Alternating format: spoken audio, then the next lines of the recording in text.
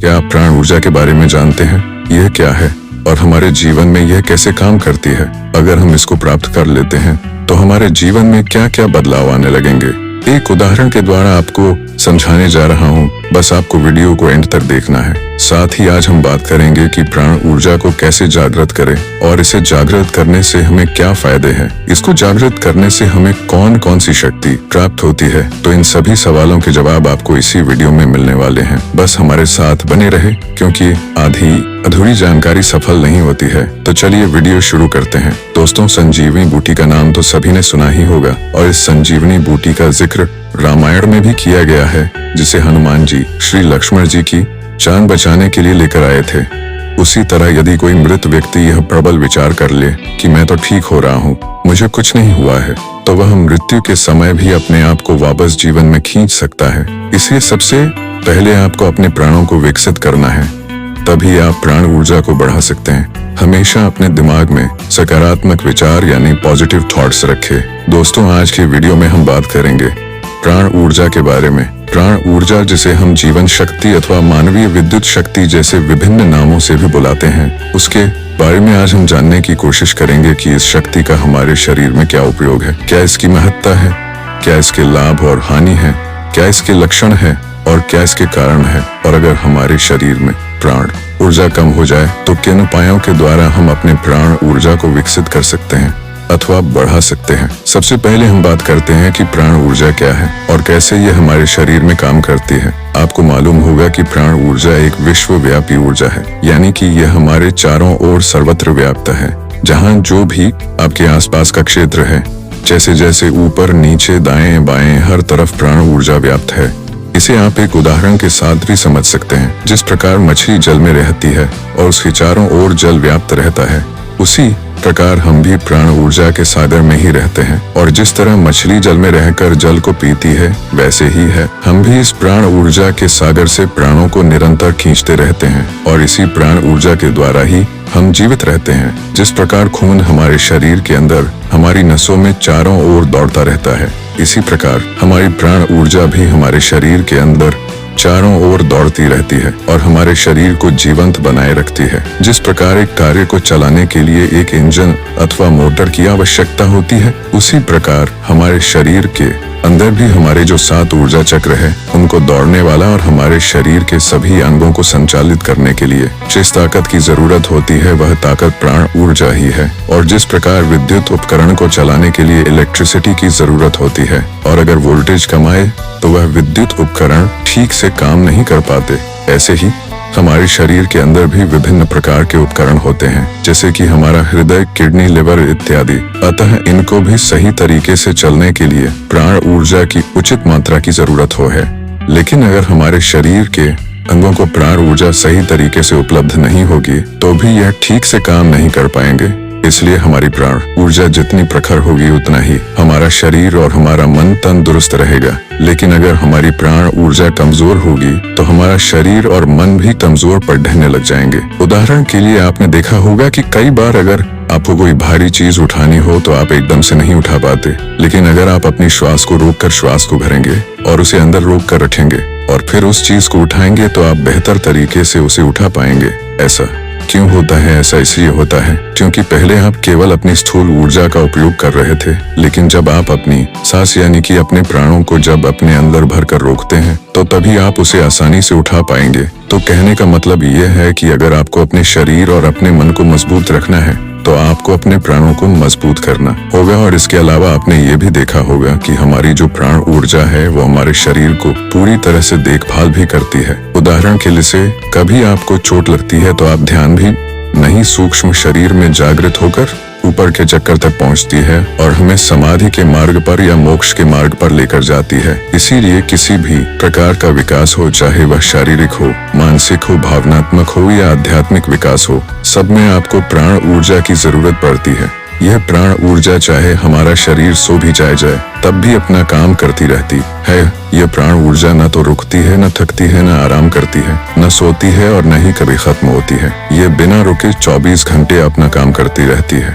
अतः जब तक हमारे शरीर के अंदर प्राण ऊर्जा है, जैसे ही यह प्राण ऊर्जा अर्थात लाइफ फोर्स हमारे शरीर से निकालती है तो उसी समय हमारी मृत्यु हो जाती है। इसके अलावा यह भी याद रखिए, समझ सकते हैं कि उसकी प्राण ऊर्जा प्रबल है या फिर किसी किसी की प्राण ऊर्जा बहुत प्रबल होती है, उनका उच्चारण अत्यंत जोशीला होता है, तो इसका मतलब उनकी प्राण ऊर्जा प्रखर है। इसके अलावा आपने देखा होगा कि जब कोई व्यक्ति डॉक्टर के पास जाता है और वह बोलता है कि मुझे बहुत ज्यादा उदासी है, तो डॉक्टर उसको सलाह देते हैं कि आप कुछ दिन पहाड़ों पर चले जाएं, प्रकृति में चले जाएं या कहीं शांत स्थान पर चले जाएं और 10 से 12 दिन वहीं पर समय बिताएं, क्योंकि ऐसी प्राकृतिक जगहों पर प्राण ऊर्जा बहुत बड़ी मात्रा में हो, बहुत मधुर संगीत बज रहा है, तभी आपके पैर थिरकने लगे तो इसका मतलब आपकी प्राण ऊर्जा अच्छी है। कई बार अचानक से सुहाना मौसम बन जाए, बारिश आने लगे या कभी आप किसी सुंदर प्राकृतिक स्थान में चले जाएं और आपका जी मचलने लगे और आपका दिल नाचने लगे तो इसका मतलब आपका प्राण आंदोलित हो रहा है, जो कि अच्छा लक्षण है।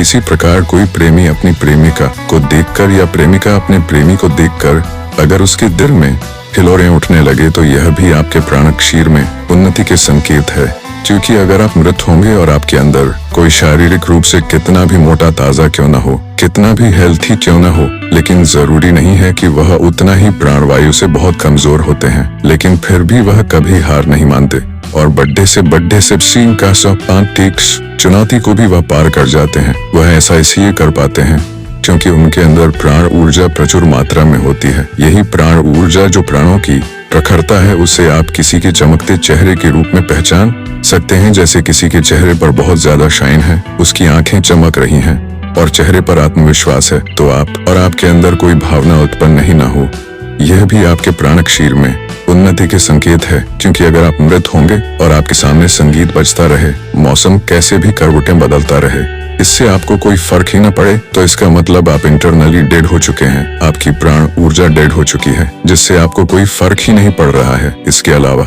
अगर आपकी प्राण ऊर्जा प्रखर होगी तो आप देर तक सो नहीं पाएंगे, आप ब्रह्म मुहूर्त में सहज ही उठ जाएंगे। अतः अगर आप सुबह जल्दी उठ जाते हैं बिना किसी आलस के तो आपकी प्राण ऊर्जा ठीक काम कर रही है। लेकिन अगर आप बिस्तर पर 8 से 10 बजे तक पड़े रहते हैं तो इसका मतलब आपकी प्राण ऊर्जा कम हो रही है, और अगर आपकी प्राण ऊर्जा विकसित होगी तो उसके परिणाम स्वरूप आपके अंदर तीव्रता आएगी, आपके अंदर उत्साह आएगा, आपका निरंतर कुछ कार्य करने को दिल करता रहेगा और आपके अंदर आत्मविश्वास भरपूर रहेगा। इसके अलावा आप आशावादी होंगे और आपके अंदर बहुत से जो सकारात्मक गुण होते हैं वह सब आपके अंदर मौजूद रहेंगे। इसके अलावा आपका चेहरा खिला खिला सा रहेगा। इस स्थिति में आप अध्यात्म में भी तेजी से प्रगति करेंगे। लेकिन यदि आपकी प्राण ऊर्जा में गिरावट होगी तो आपके अंदर हमेशा थकावट रहेगी और तनाव चिंता बनी रहेगी, आपको नींद ठीक से नहीं आएगी, आपके मन में चंचल बना रहेगा, आपके अंदर उदासी रहेगी और आपका चेहरा मुरझाया रहेगा, यानी कि जो नेगेटिव थॉट्स हैं वह आपके दिमाग में आने शुरू हो जाएंगे। प्राण ऊर्जा एक साधारण व्यक्ति के मुकाबले एक साधक के अंदर ज्यादा रहती है, क्योंकि वह ध्यान, ज्ञान, योग की ऐसी क्रियाएं करता रहता है जिससे उसके अंदर प्राण ऊर्जा विकसित होने लग जाती है। इसके अलावा जब आपके अंदर प्राण ऊर्जा बढ़ती है तो आप में सम्मोहन शक्ति बढ़ जाती है, तत्पश्चात आप में आकर्षण बढ़ जाते हैं, जिससे लोग आपके पास आने के लिए आतुर हो उठते हैं। अब हम बात करते हैं उन उपायों के बारे में कि ऐसे कौन से उपायों को अपनाएं जिससे कि हम अपनी प्राण ऊर्जा को विकसित कर सकते हैं। सबसे पहले तो आपको यह समझना होगा कि प्राणों का घटना और बढ़ना हमारे विचारों पर आधारित होता है। उदाहरण के लिए मान लीजिए आपने अगर कोई वहम पाल लिया कि आप बीमार है तो आप बीमार पड़ जाएंगे, और इससे उल्टा भी हो सकता है कि यदि कोई मरता व्यक्ति यह प्रबल विचार कर ले कि मैं तो ठीक, तो वह मृत्यु के समय भी अपने आप को वापस जीवन में खींच सकता है। इसलिए सबसे पहले आपको अपने प्राणों को विकसित करना है, तभी आप प्राण ऊर्जा को बढ़ा सकते हैं।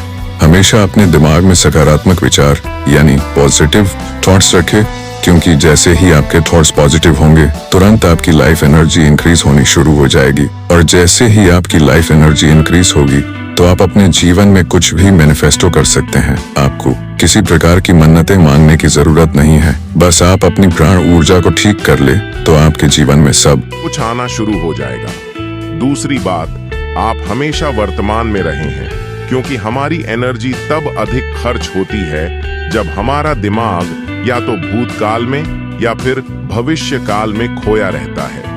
लेकिन जैसे ही आप प्रेजेंट माइंड होकर रहेंगे तो आपकी एनर्जी सेव होनी शुरू हो जाएगी। इसलिए आप हमेशा प्रेजेंट माइंडेड होकर रहे और इधर उधर के विचारों में न खोए। इसके बाद प्राणायाम का अभ्यास करें।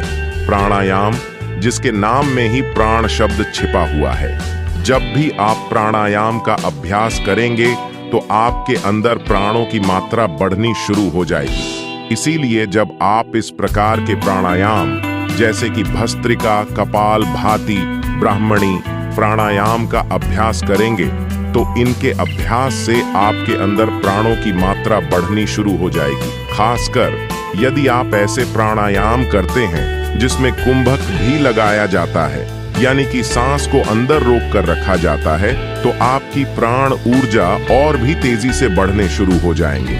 इसके अलावा ओम मंत्र का जाप करें, क्योंकि जब आप महामंत्र ओम का जाप करते हैं तो आपका शरीर कंपन करने लग जाता है। उसकी वाइब्रेशन इतनी स्ट्रांग होती है कि आपके ब्रेन की प्रतीक नस खुल जाएगी और पूरा शरीर अंदर से खुल जाता है। तो ओम का जाप अवश्य करेगा। इसके अलावा विभिन्न प्रकार की जो वैकल्पिक चिकित्सा पद्धतियां हैं, जैसे कि रेकी, एक्यूप्रेशर आदि, इनको भी टाइम टाइम पर उपयोग करें। इससे आपकी बॉडी की हीलिंग होगी और आपकी लाइफ फोर्स बढ़नी शुरू हो जाएगी। खाली समय में ताली बजाएं। जब आप 5 मिनट के लिए ताली बजाते हैं तो एकदम से आपको डकार आनी शुरू हो जाएगी और आपकी बॉडी में वाइब्रेशन आनी शुरू हो जाएंगे। इसलिए यह भी हमारी प्राण ऊर्जा को विकसित करने में सहायक होती है। अतः जब भी आपको समय मिले 5 मिनट, 10 मिनट अथवा कम से कम 2 मिनट ही घर में बैठे बैठे क्लैपिंग अवश्य करें। अनावश्यक रूप से अपनी ऊर्जा बिल्कुल नष्ट न करें।